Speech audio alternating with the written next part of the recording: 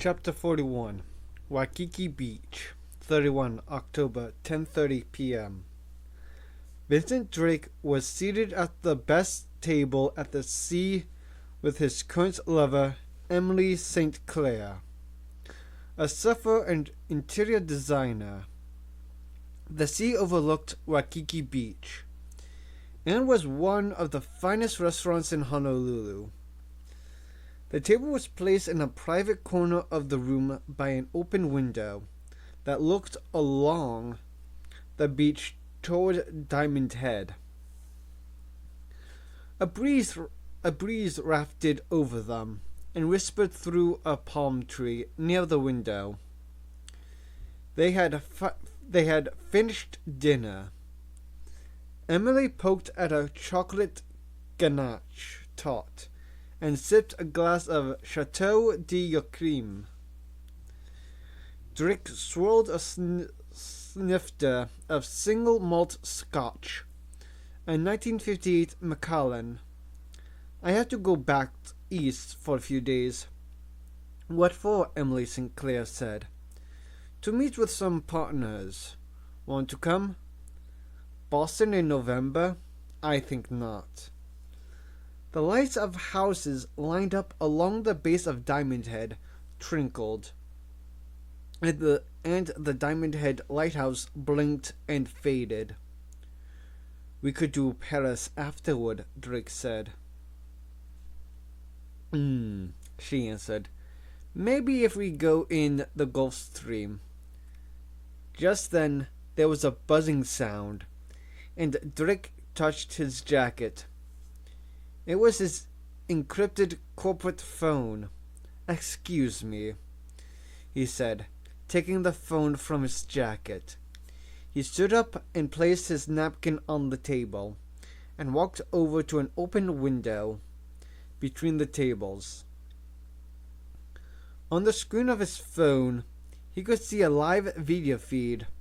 The face of Danny Manott looked back at him. You say you're at Tantalus Base, Drake said. Not exactly, Manott answered. We're in Ben Walk's fortress. What? He's got all kinds of equip. You're telling me Ben Walk is alive? Absolutely, Manott answered knowingly. And he doesn't like you, Mr. Drake. Describe this fortress. It's an old rat's nest. I need medical help. Drake cut him off. Where is this, rat's nest exactly? It's 6 feet up the hillside from Tantalus Base. Drake was silent for a moment. They had climbed those cliffs. They had made it alive through unexplored super jungle that should have rendered them dead in minutes. Mr. Drake, I need to get to a hospital. Manott's voice went faster. My arm. It's infected. Look. Drake watched on the screen of his phone as Danny raised his arm and peeled back the sleeve. The arm had been transformed into a bubbly sack dotted with whiteheads, enormous boils. The boils were moving, twitching. Drake's stomach turned at that sight. They're hatching, Mr. Drake. Danny moved his arm closer to the camera. The scene zoomed in until Drake could see one of the whiteheads clearly. It was the head of a larva, struggling, pushing up through a hole in Danny's skin. The grub's mouth pulsed, and it spat out a thread of silk. The camera moved, and he saw more grubs, weaving and struggling, popping up through his skin. Thank you, Mr. Minot. I can see very well. It's horrible. My arm's all numb. I'm sorry, Danielle. He felt his throat tighten. He glanced back at Emily St. Clair. who seemed impatient. For God's sake, help me. The little face on his cell phone beseeched him. Who is with you? Drake said sharply, holding the phone close to his ear. I can't see your face. Drake turned the phone so Danny could see him.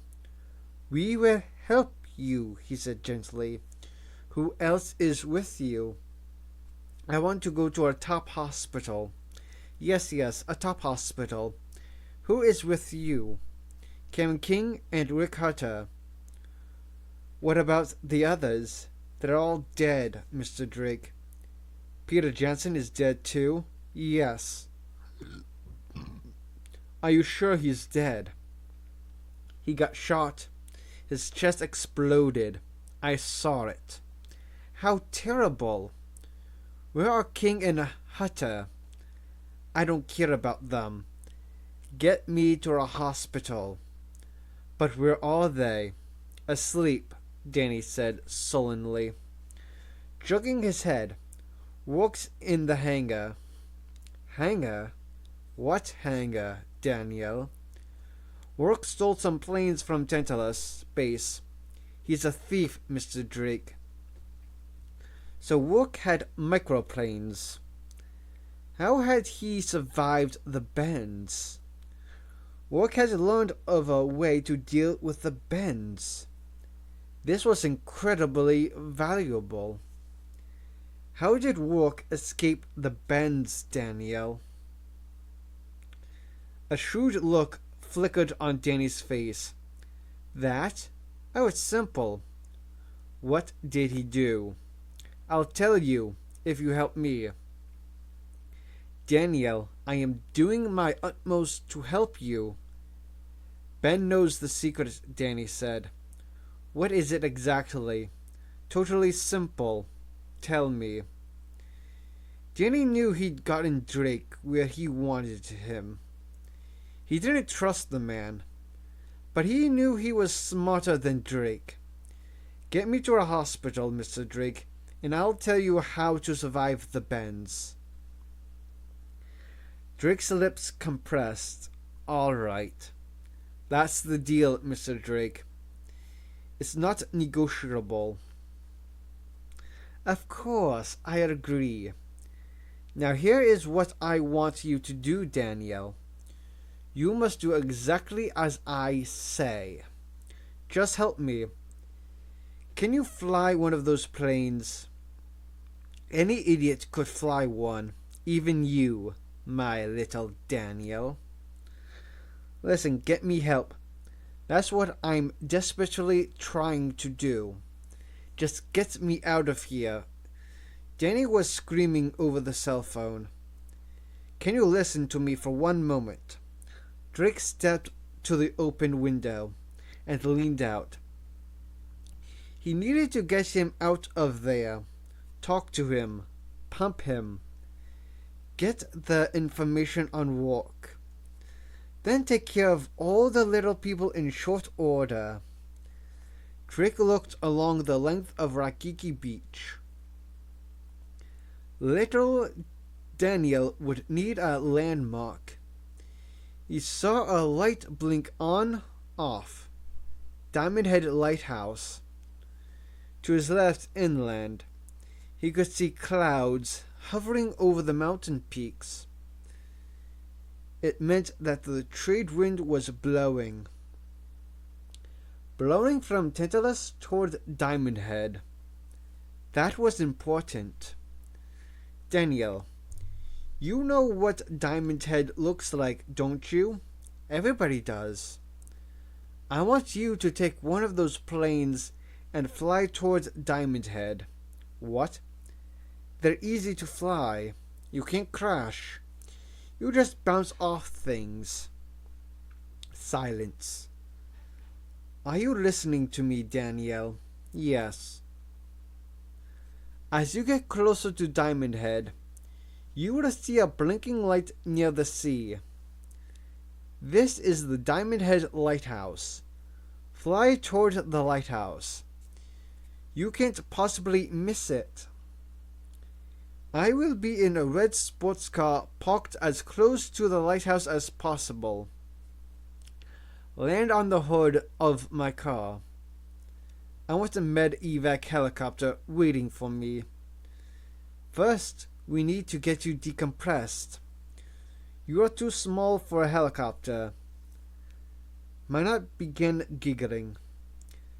They could lose me in a helicopter, couldn't they? Ha ha. That's funny, Danielle, Drake said. We'll take you to the best hospital. They're hatching. Just fly to the lighthouse. Drake disconnected and pocketed the phone. And we turned to the table, where he kissed Emily Sinclair on the cheek. Total screaming emergency. I'm sorry. Oh, Christ, Vin. Where are you going? Nenajin. I'm needed. He caught the waiter's eye. The waiter moved toward them. Emily Sinclair shook her hair and took a sip of wine. She put the glass down. Without looking at Drake, she said, Suit yourself. I'll make this up to you, Emily. I promise. We'll do Tahiti in the Gulf Stream. That's so old. I'd prefer Mozambique. Done, he said.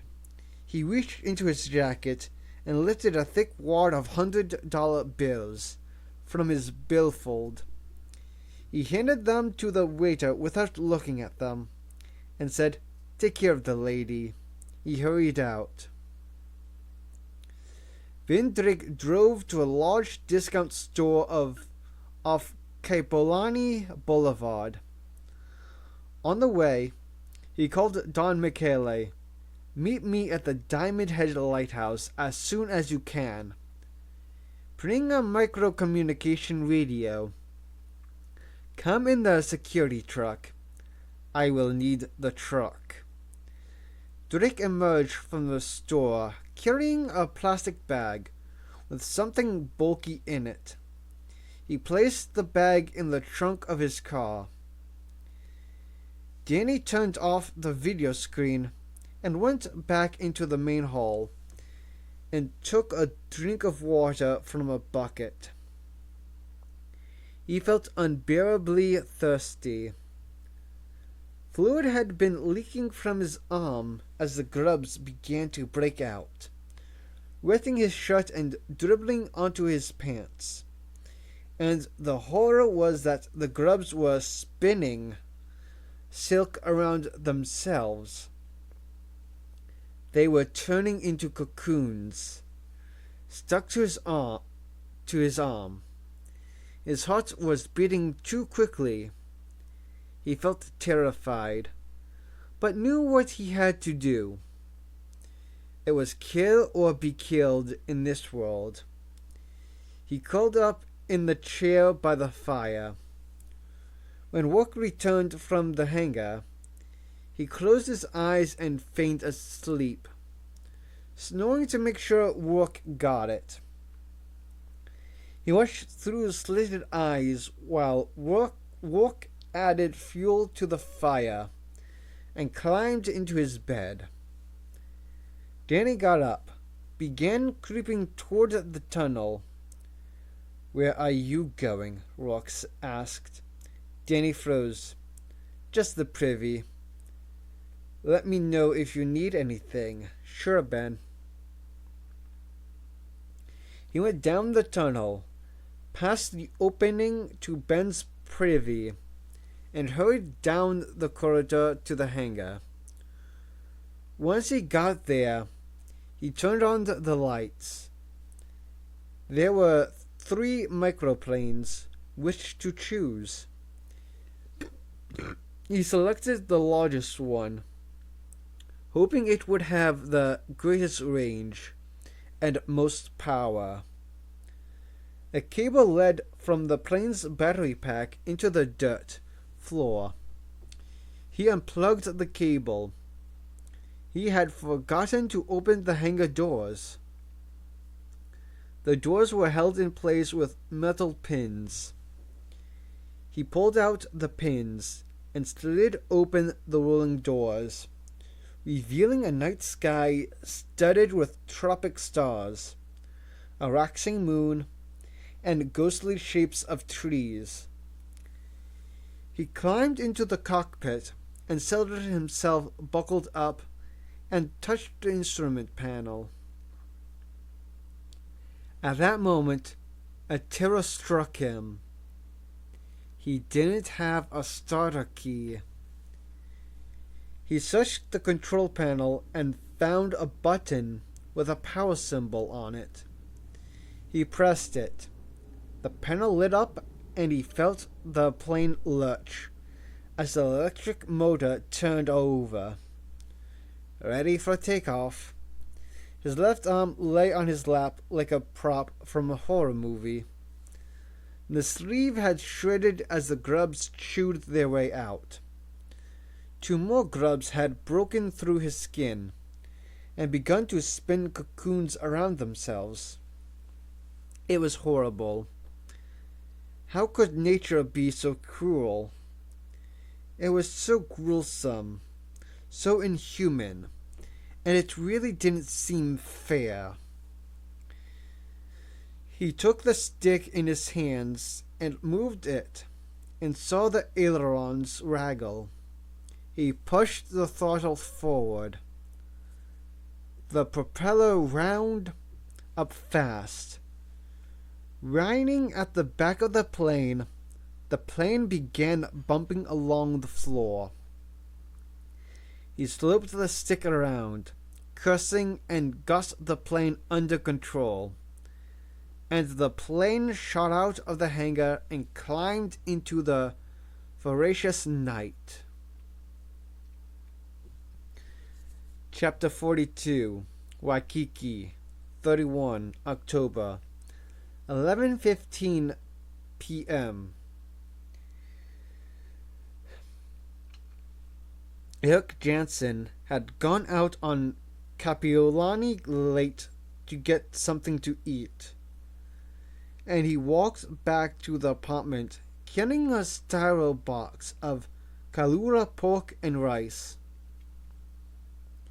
In the driveway, he said hello to 2 guys who were sitting on lawn chairs by the colorful pickup truck, drinking beer and listening to music. He went around to the back and up a flight of steps to a 2nd-floor apartment. The apartment was a furnished 1-bedroom. Eric sat at a tiny table and opened the box and began eating. He thought he'd better check the monitor, since he'd been gone for over an hour. He went into the bedroom, opened a drawer in the dresser. In the drawer sat the laptop computer, and next to it a metal box dense with electronic parts, along with an electric soldering iron, cutters, pliers, tape, and a roll of solder wire. A light on the box was blinking. It meant that an emergency call had been made over Nanogen's intra-company network. Shit, he'd missed it. The message was encrypted. He tapped the keys of the laptop and ran the de-encryption program, the one he'd downloaded from Nanogen's VPN. It took a minute to unscramble the call, and then he began to listen as voices came out of the laptop. You say you're at Tantalus Base? Not exactly. We're in Ben Walk's fortress. What? He's got all kinds of equipment. You're telling me Ben Walks is alive? Absolutely. And he doesn't like you, Mr. Drake. Eric leaned over the dresser, listening more intensely. This had been an emergency call, made through the video conference link with Tantalus.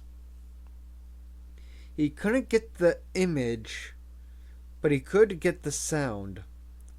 The voices went on. What about the others? They're all dead, Mr. Drake. Peter Jansen is dead too? Yes.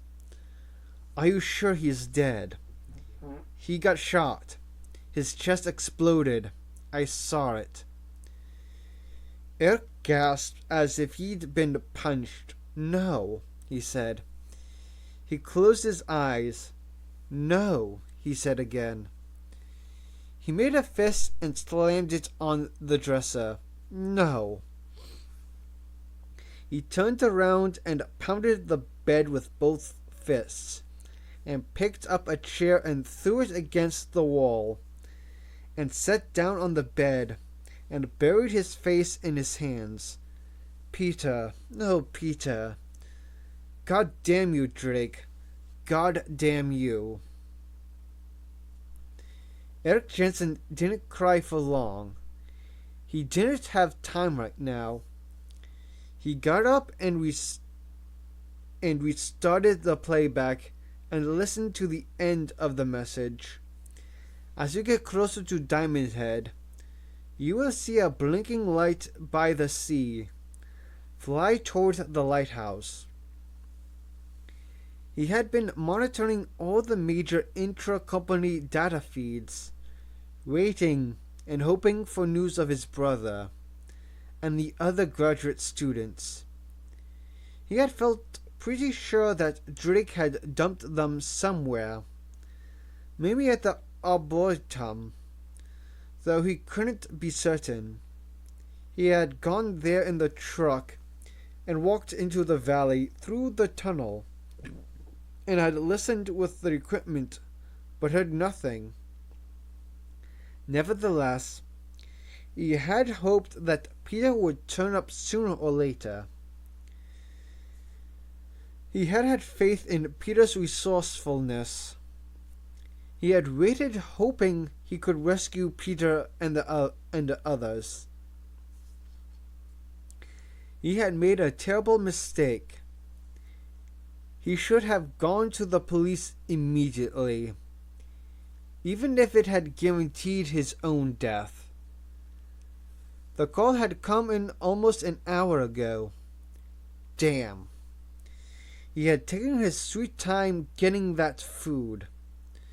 Eric swore and dragged open the drawer, scooped up the laptop and a radio headset, and ran down the stairs.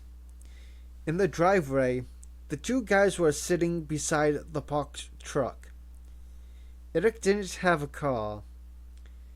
He had worked out a deal with one of the guys to rent the truck, paying $50 every time he used it.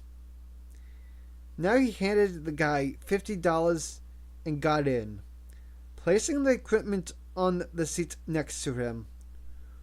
When you be back? Don't know, he started it. You okay, man? There's been a death in my family. Oh, sorry, man.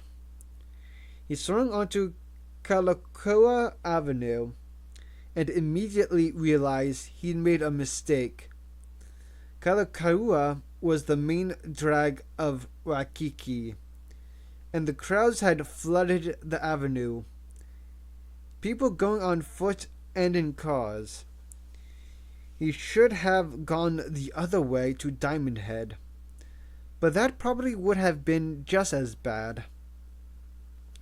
As he inched his way through the stoplights, past the major hotels, he began to cry again, and this time he let it happen. It's my fault, he told himself. My brother is dead, and it's my fault. Drake had planned the killings with extra layers of security, different ways to make Eric die. Eric wasn't sure exactly how Drake had done it, but Drake had made the boat stall in heavy surf. and he'd rigged something that had launched 2 hellstorms at Eric. The killer bots flew out of the cuddy cabin after the boat stalled. At first, Eric had thought they were flies or moths, but then he saw the propellers, and the munitions too. As he jumped out of the boat with the killer bots flying after him, he had to keep himself under water to avoid them. He had texted Peter just before he jumped, warning Peter to stay away. But there had been no time to explain things. Eric was a strong swimmer and knew how to handle himself in surf. He had gone into the surf without a life jacket, diving deep whenever a breaker passed over him, in order to keep himself safe from the bots. He had considered the surf the safest place to be, safer than anywhere else just then. He swam into a small cove, where there was a pocket beach known locally as the Secret Beach. The beach was tucked among the headlands. You couldn't see it from most places. It could only be reached by a hiking trail. He had come out of the water at the Secret Beach only after he was reasonably sure no one had seen him swim there. He had bagged a ride into Honolulu from some local guys, who asked no questions and could not have cared less where he came from. Going to the police had not been a good option. The police would never believe his story, that tiny flying robots armed with super-toxin weapons had been sent by the CEO of the company to kill him. They would think he was schizophrenic. And if he went to the police, Drake would learn he was alive, and would send more hellstorms, and he'd be killed for sure, and very fast. In Honolulu, he had not returned to his apartment. Drake might have set a trap for him there. Instead, he'd visit a pawn shop, and taking his Hublot chronograph watch off his wrist, and pawned it for several $1,000s. He needed to go into hiding and figure out how to bring Drake to justice. He had put down cash for a seedy, low-profit rental. As Nanogen's vice president for technology, Eric Jansen knew a lot about the company's communications network. A degree in physics helped. After a trip to Radio Shack, he had tricked up a listening device. He had begun scanning the Nanogen's intra-corporate channels, and learned that his brother had shown up in Hawaii immediately, then had disappeared along with the other students. He suspected Drake had done something with the students. He had not believed Drake would murder them. That would be too obvious. And Drake was a clever man. So Eric had assumed that Drake had made them disappear in the microworld temporarily, and that they would eventually reappear. Eric had been waiting for the moment when his brother would come to the surface, for he had faith in Peter. He had thought that Peter would get through this and come to light somehow, and that he, Eric, would eventually rescue him. If the two of them could go to the police, there would be 2 corroborating witnesses to Drake's crimes. This was not to be. He had screwed up massively. He should have gone to the police right away. Even if the police didn't believe him. Even if it meant that Drake would kill him. Because it just might have saved Peter's life. The whole source of the problem was Omicron. Eric had been very careful not to tell Peter what he had discovered about Project Omicron. Eric had been trying to protect his younger brother. None of this had done any good. He swung through Kapiolani Park, picking up speed and weaving around the cars, hoping he would get to the lighthouse in time. Chapter 43. Kualu Mountains, 31 October, 11:10 p.m.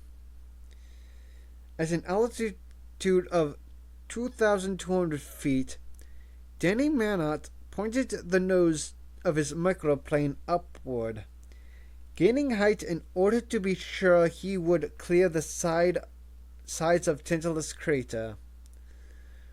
The crater was lined with entrapping trees, black and menacing. He looked back, wondering if any microplanes were following him. But he couldn't see anything. He headed upward, gaining altitude. This was easier than a video game. The microplanes had been designed to be almost crash-proof. Did the plane have running lights? He found a switch, and the running lights came on, red and green, on the wing tips. White pointed forward. He turned them off so that the others couldn't follow him. But after a little while, he switched the lights on again. It made him feel better, somehow, to see the familiar winking lights on the wings. And he saw the city of Honolulu spread out below him. The hotels of Waikiki towered and seemed impossibly huge. Red and white lines of cars moved along the boulevards, and he saw a cruise ship docked in the harbor. The ocean was an inky expanse beyond the city. The moon floated over the ocean, casting a sparkling highway of light on the water. To the left of Waikiki Beach, a dark mass spread out. It was Diamond Head, and he was looking down on it. Seen from above, Diamond Head was a crater, a ring. A few lights burned in the center of the crater. He could make out the shape of Diamond Head itself. A mountainous headland at the highest lip of the crater. But he did not see any blinking light, just the dark shape of Diamond Head. Where was the lighthouse? He increased the power and began to fly toward Diamond Head. His plane suddenly flipped over and blew sideways, whirling over and over, and he yelled with fright. He had entered the trade wind as it burbled over the mountains. He swore and fought the stick while the plane tumbled in wind eddies. But then the plane stabilized and began flying straight and steady in the wind, moving really fast. He had gotten into laminar flow. It was like getting into the main current of a river. He looked down. The force was moving down there, or rather he was moving over it. The altimeter showed he had gotten up to 3,000 feet. In the moonlight, he saw a magnificent view. Behind him, upwind, the hollow of Tantalus crater spread out. The crater was dark like a cave, no lights in the crater, no sign of rocks redoubt or Tantalus base. Directly below him, roads snaked up the flanks of the ridge. Lights burned along the roads. Ahead of him, the towers of the city were coming perceptibly closer, until they seemed to burn with energy and rise to impossible heights. For a moment, he felt as if he was flying into the capital city of an alien galactic empire. But it was only Honolulu. He still couldn't see Diamond Head Lighthouse. The wind was carrying him toward the hotels that stood along Waikiki Beach. He wanted to go more to the left, more towards Diamond Head. He experimented with the control stick and with the throttle. He banked left and kept the power on high. He looked around. He did not want to be blown into the city. That would be certain death. He would be crushed by traffic or sucked into the air conditioning of a building. So he increased the power to emergency maximum and kept his course toward Diamond Head. A screen flashed a warning. Excessive battery drain. Remaining flight time 2025 min. 1805 min. 1722 min. The remaining flight time was dropping like a stone. He would run out of power in minutes. He checked his airspeed. The readout showed 7.1 miles per hour, 11.4 kilometers per hour. He found the radio panel and switched it on. Mayday, Mayday, this is Daniel Manat.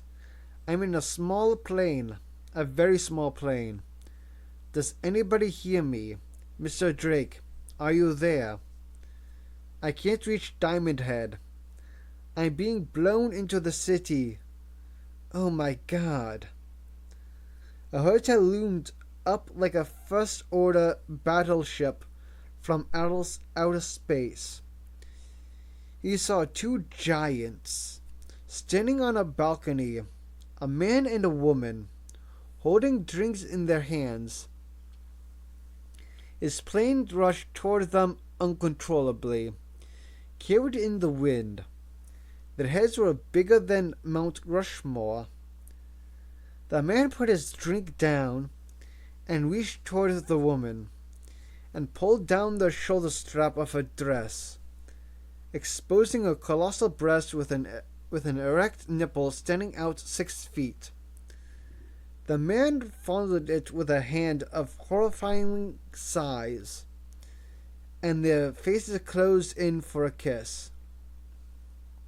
As his plane rushed toward a collision, he screamed and fought the controls, and passed between their noses under emergency power, propeller churning, and the plane was caught in an eddy of wind, and swept around the corner of the building and out of sight. The man jerked away from the woman. What the hell? She had seen something weird. A tiny man flying a tiny plane. Lights blinking on the wings. The tiny man had been screaming. She had distinctly heard his insect-like whine over the sound of a buzzing motor. And she had seen the open mouth, the staring eyes. It was impossible. One of those waking dreams. The bugs are awful out here, Jimmy. It's these flying cockroaches. They got in Hawaii. They got wings. Let's go inside. Danny regained control of his aircraft as the wind seemed to decrease. He flew across Kalakua Avenue, where he looked down on the nighttime crowds. He noticed that he had stopped being blown sideways. His plane was flying faster than the wind was blowing. He was making headway now. He banked and headed northeast, and flew along the length of Waikiki Beach, straight toward Diamond Head. Now as he peered at the famous shape of the headland in the moonlight, he saw a blink of light. On, off, darkness, on, off. It was the lighthouse. I'm saved. He backed down the power a little and left it at full cruise, because it would be a disaster if the battery ran out now. He was getting the hang of this. It was a matter of technique. He gained altitude. He wanted to stay above the buildings, keep plenty of distance above them. It was funny how life could turn around so fast. One moment you think you're ruined and dead, the next you're on your way to the best hospital and admiring Waikiki Beach in the moonlight. Life was good, Denny thought. A shape came out of the night. He saw a flash of rings. He threw the stick over and just missed the thing. Stupid moth. Watch where you're going. That had been close. Absolutely no brain, he muttered. A collision with a moth could drop him in the sea, and he could see breakers below him. Then a peculiar noise reached his ears, sort of an echoing whish-ring. He heard it again, whish-ring, vroom, vroom. What was that? Something was making freaky noises in the dark. Then a drumming noise started up. Pum, pum, pum, pum, pum. He saw another moth, and the drumming sounds came from the moth. And then the moth suddenly wasn't there. Something had swept the moth out of the sky. Oh fuck, Denny said. Bats. They were painting the moths with sonar. He had gotten himself into the middle of some kind of a bat situation. This was not good. He advanced the throttle to emergency maximum. He could hear the sonar pulses ringing in the darkness, left, right, above, below, nearby, far away. But he couldn't see the bats. That was the worst thing. Above, below, on all sides, the predators were moving in the 3 dimensions around him. It was like treading water at midnight, surrounded by feeding sharks. He couldn't see anything at all, but he could hear them snatching prey. Vroom, vroom, yee, yee. That had been a kill. And then he saw it. A bat killed a moth right in front of him. He got a glimpse of a spiky shape as it swept by, and the plane shuddered and jumped. In the turbulence of the bat's rake, holy God, the bat had been far bigger than he thought it would be.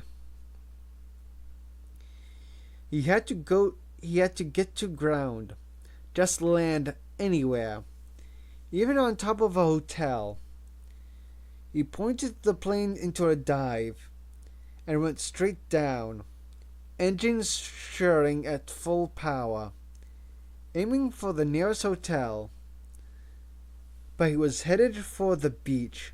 Oh shit, too far away from the building, too close to the water. The bat sounds got louder. Then a sonar beam raked over him and went away. There was a pause. Then the beam hit him full force, making his chest flutter. Whoom! Eep, eep, eep. The bat was painting him with a beam of ultrasound. The pings shortened and became focused. A chaos of sound enveloped him. "I'm not a moth," he cried. He threw the stick hard over and pulled sideways in a screaming dive turn. With his good hand, he began pounding on the outside of the cockpit, trying to imitate the drumming of the moths, thumping his hand on the plane. Maybe it would jam the bat's radar. Too late, he realized that by banging on his plane, he had told the bat exactly where he was. He saw a flash of brown fur gleaming with silver-tipped guard hairs, a pair of rings flaring impossibly wide, blocking out the moon, and a wide-open mouth filled with a set of canines like chisels. The microplane spiraled down, its wings broken, its cockpit empty. It landed in foam slick near the beach, where it vanished. Chapter 44. Diamond Head Lighthouse, 31 October, 11:45 p.m. Rourke dozed for a while, but awoke when he became aware that Danny Mannott had not returned from the privy. Time had passed. The fire had burned down. He got up and hurried down the tunnel toward the privy. Danny wasn't there. The redoubt was a sprawling ruin with many unused tunnels.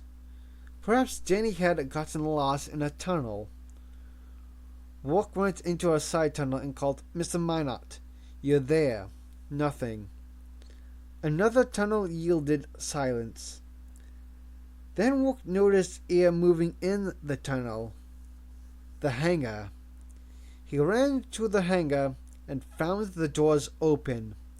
A plane gone. He closed the doors, then woke Rick and Karen. "Your friend has gone. He took a plane." They weren't sure what had gotten into Danny. Perhaps he had become frightened, gone into a panic with his arm in such bad shape, and had decided to fly to Nanajan on his own. It showed more courage than Danny seemed capable of. "Maybe we should fly out and try to find him," Karen suggested. Rourke forbade it. "He's gone. The wind could take him anywhere over the island, and he said it was too dangerous to fly after dark. The bats were out. It's almost suicidal. Danny might already be dead, and if he survived the flight, it wasn't clear how he planned to get inside Nanajan." "It doesn't make sense," Karen said. "Sheer panic," Rick said. Then Drake sat in his car. The beam from the lighthouse swung up around above, shining through the branches of trees overhead. The moon washed the scene with silver. What a beautiful world it truly was. He felt almost placid. He was high above the world, walking on a tightrope and doing it well. A black pickup swung in and parked next to Drake. Drake got out and climbed into the truck. He explained the situation to Michele. He's in the air.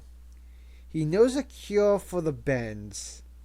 He is going to tell me when he lands. Then Michele asked. Drake didn't answer. He put on the radio headset and began calling, staring up towards the mountains. Danielle, Danielle, are you there? He heard nothing but a hiss of airwaves. He turned to Michele. Watch for his running lights. Red and green, very small. What are you going to do with the kid? Michele asked. Drake ignored him. Wind's blowing from Tantalus. He should be here any minute. A car swung into the parking area. Drake snatched the radio off his head and stared. Check it. Michele edged closer to the parked car and saw a couple inside getting friendly with each other. He told Drake there was nothing to worry about. Drake resumed calling, but with no answer.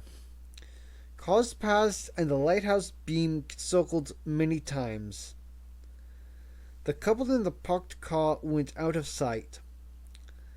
The two men stared up into the sky, trying to see any lights against the backdrop of stars. Little Danny was lying, Drake remarked. About what? About the cure for bends. Lying to make me save him. Ha. They listened for the whine of the microplane. Don Michele saw that the wind was blowing pretty hard. If they didn't see the kid, he got blown out to sea.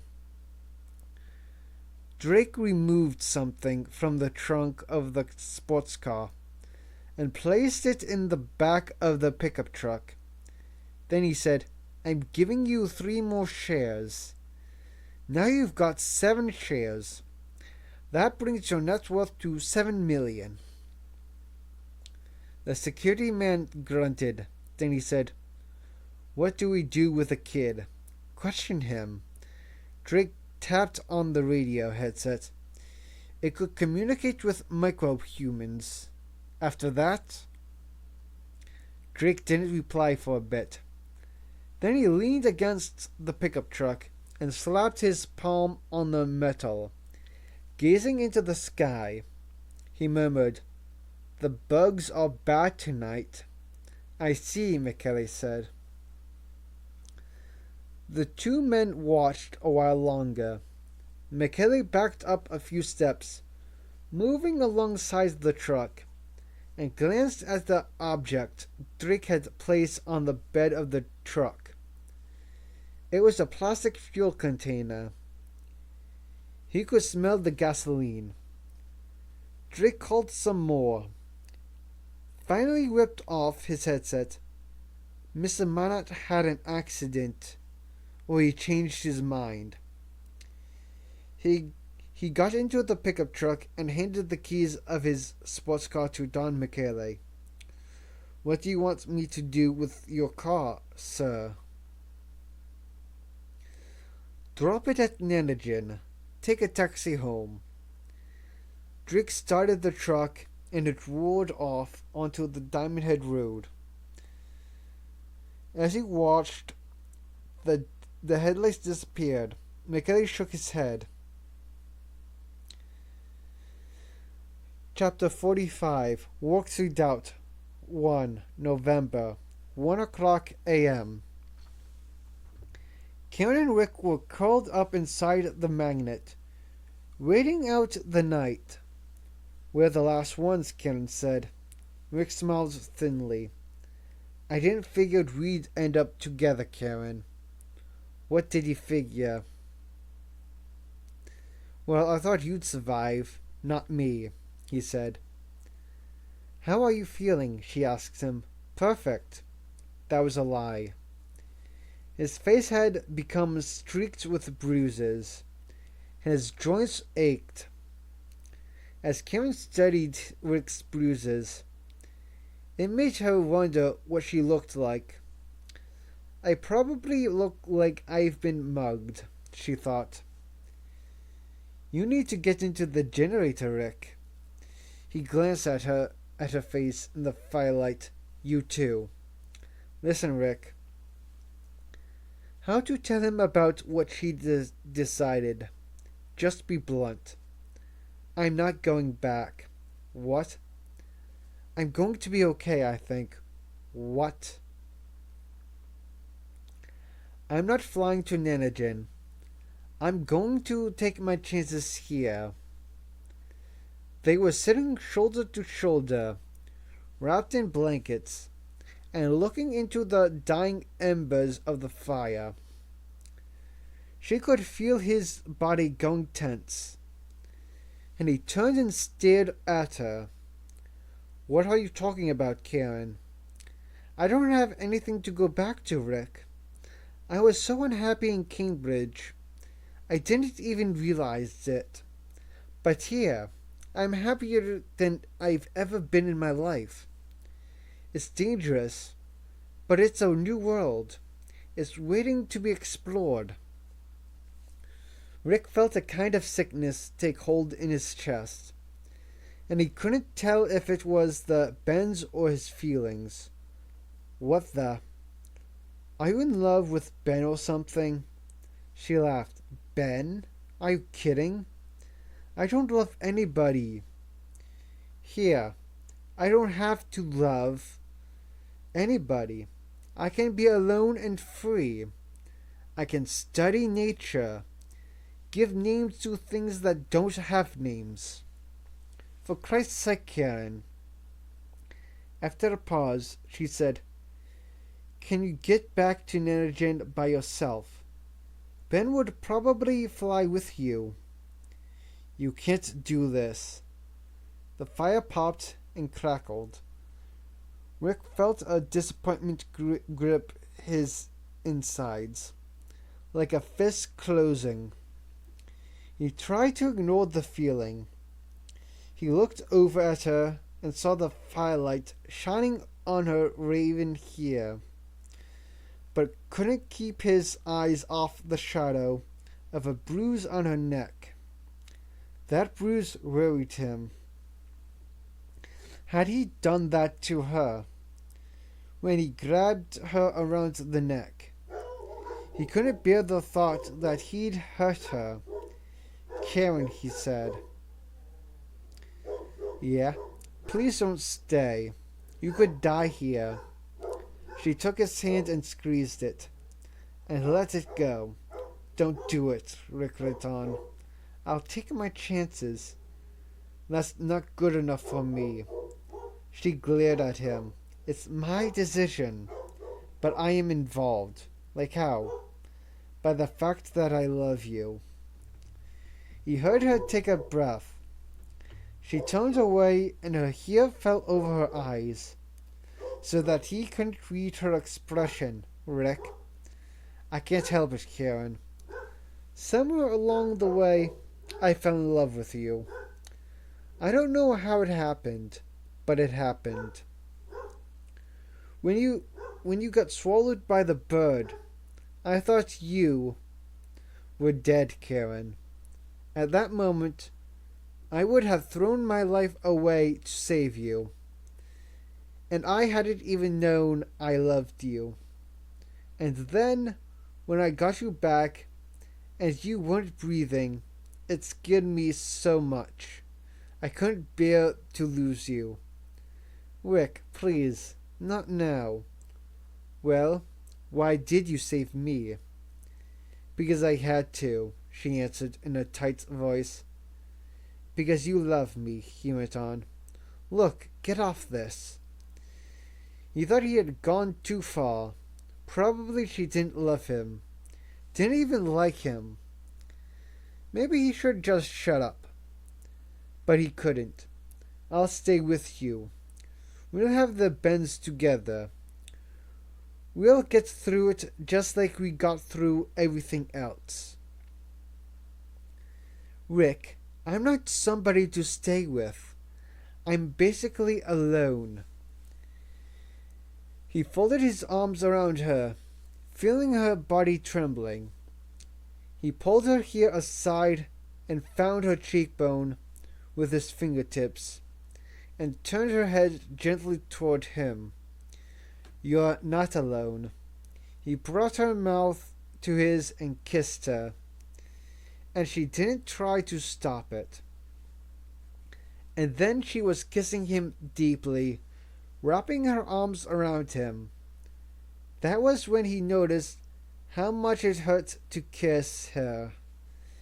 Every part of his body hurt, with a deep, unfocused pain, an ache in the joints and bones that seemed to be spreading everywhere, like a spilled liquid. Was he bleeding internally? She winced suddenly, and it made him wonder if she hurt the same way. He did. Are you okay? She pushed him off without answering. Don't stay. Why? Give me a reason. I don't love you. I can't love anybody, Karen. Their talk got no further, because the ceiling lights went out, plunging the room into gloom, except for the glowing fire pit.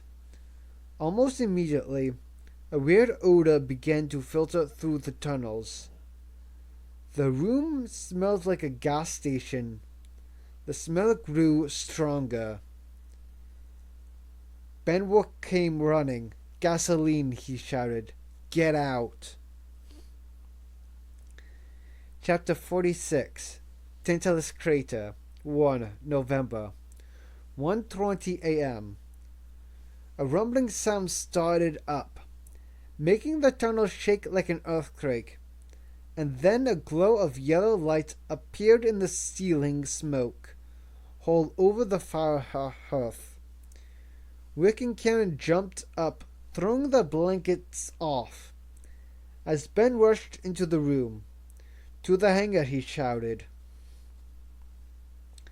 They began to run down the tunnel, but were hit with a blast of rushing air, hot and soaked with fumes. Karen fell. Rick picked her up and started dragging her, but she wrestled him away. But then she fell to her knees and collapsed. She seemed to have fainted or something. He couldn't see anything, and smoke had suddenly flooded the tunnels. He picked her up and slung her over his back, and started to run, following Ben. He got dizzy and had trouble breathing, and realized that the oxygen was being sucked out of the tunnels. Ben was shouting, hauling him along, and he fell, dropping Karen. This time, Karen came around. She stood up and grabbed him, and started hauling him along. Come on, Rick. Don't fall apart on me. Stumbling, choking, coughing, they ran through the smoke. It filled the ceiling. Get under the smoke, Ben shouted. They began crawling, keeping their heads under the swirling black smoke, while a horrifying deep roar made the ground shake. They made it to the hangar. Rick and Karen leaped into the planes, while Rourke flung open a hangar door. Just then, the door collapsed, revealing a curtain of flames blocking the mouth of the cave. Rourke fell back, coughing. Ben! Karen screamed.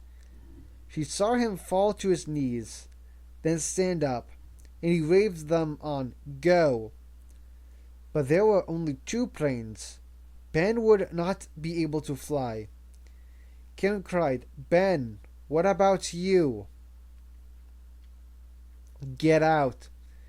He was staggering backward towards the tunnel. Smoke poured from it now. Choking, her head spinning, Karen started her plane and waved at Rick. Take off. She screamed at him. They took off at the same time, flying side by side through the cave while Rourke staggered backward. Karen looked back and saw him fall to his knees. He was crawling into the redoubt. He couldn't breathe. He would never make it.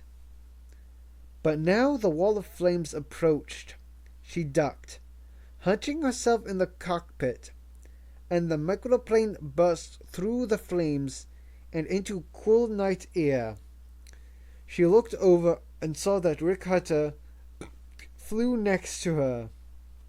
He seemed okay. She banked gently, testing the stick, and looked back.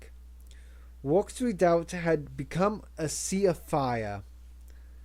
The flames leaped up against the great boulder, painting its face with firelight, while the shadow of a giant man appeared outlined against the flames. The man held a red plastic gasoline container, and he was dumping it around Tantalus Base. The man stepped back and tossed a match, and a burst of flames leaped up, revealing his face. It was Vin Drake. Bathed in the firelight, Drake's face radiated calm. He could have been staring into the campfire and thinking peaceful thoughts. He tipped his head from side to side, as if he were shaking water out of his ear or listening for something. Rick lost control of his plane. He threw it into a barrel roll and smacked into the great boulder. For a moment, he thought he was dead, but the microplane bounced off the rock, corkscrewed and stabilized, flying straight and level. These microplanes were really tough. He looked around. He had lost sight of Karen. The trees extended upward in a tangled wall. He searched the trees but found no lights, nothing to indicate where Karen had gone. There was a radio in the cockpit, and he debated calling her on it. Just then, ahead of him, Rick saw a pair of lights blink on, green and red. Karen's running lights. He switched on his running lights, then waggled his wingtips at her. She waggled back. Good. They could see each other. She flew into the crown of a tree, and Rick followed her lights. He could barely see the branches and limbs all around. He was flying through a dark maze, following Karen King. Rick ran up the power and caught up with her, while she circled inside the tree.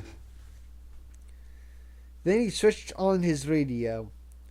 What the hell? Drake couldn't reach them now, even if he could hear them. Are you all right, Karen? I think so. What about you? Doing okay, he answered. He realized that she had nowhere to go now, except Nanogen.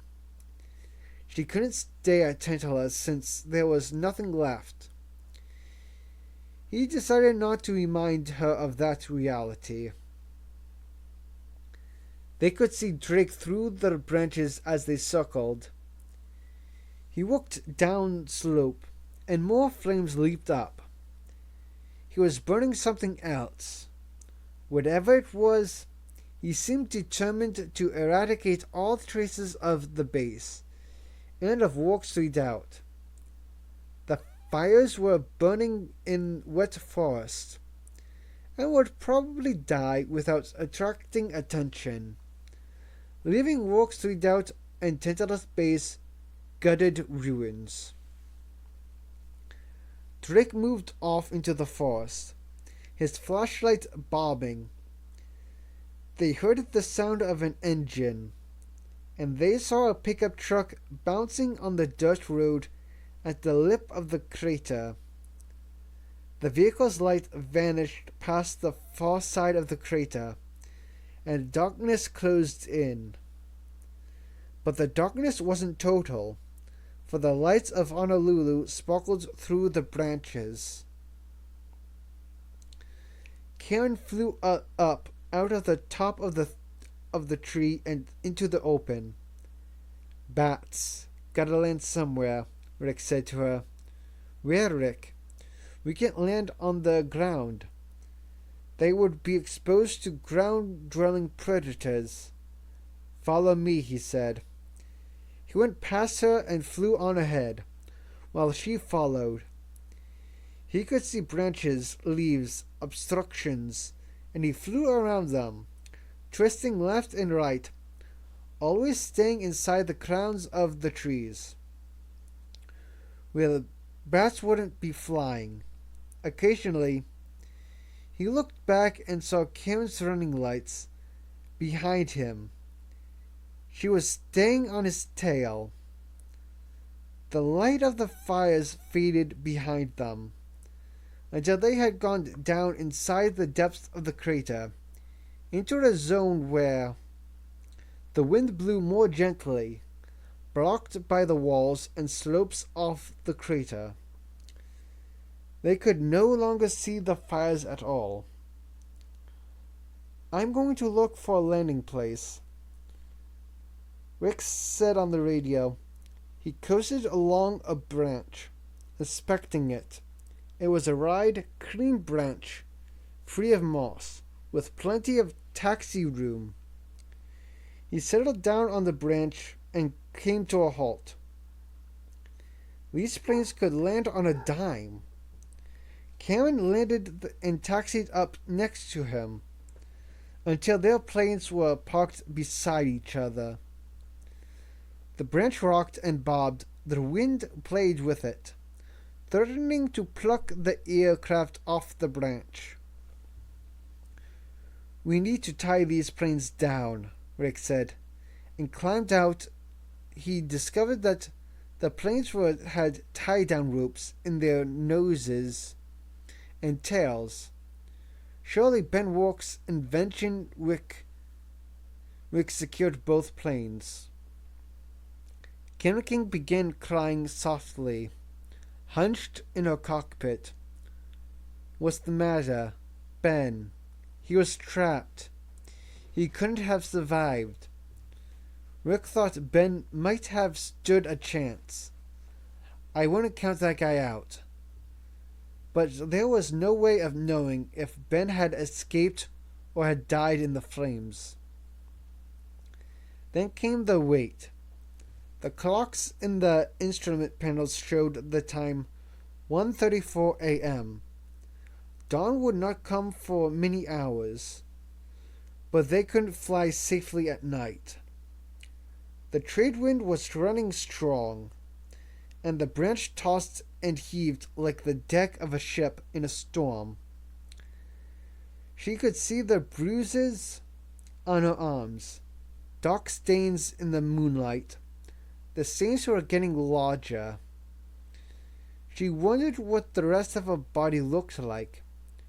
Rick became seasick as the branch pitched and bobbed, and he wondered if the microbends were getting to him, or it might be lingering effects of spider and wasp venom.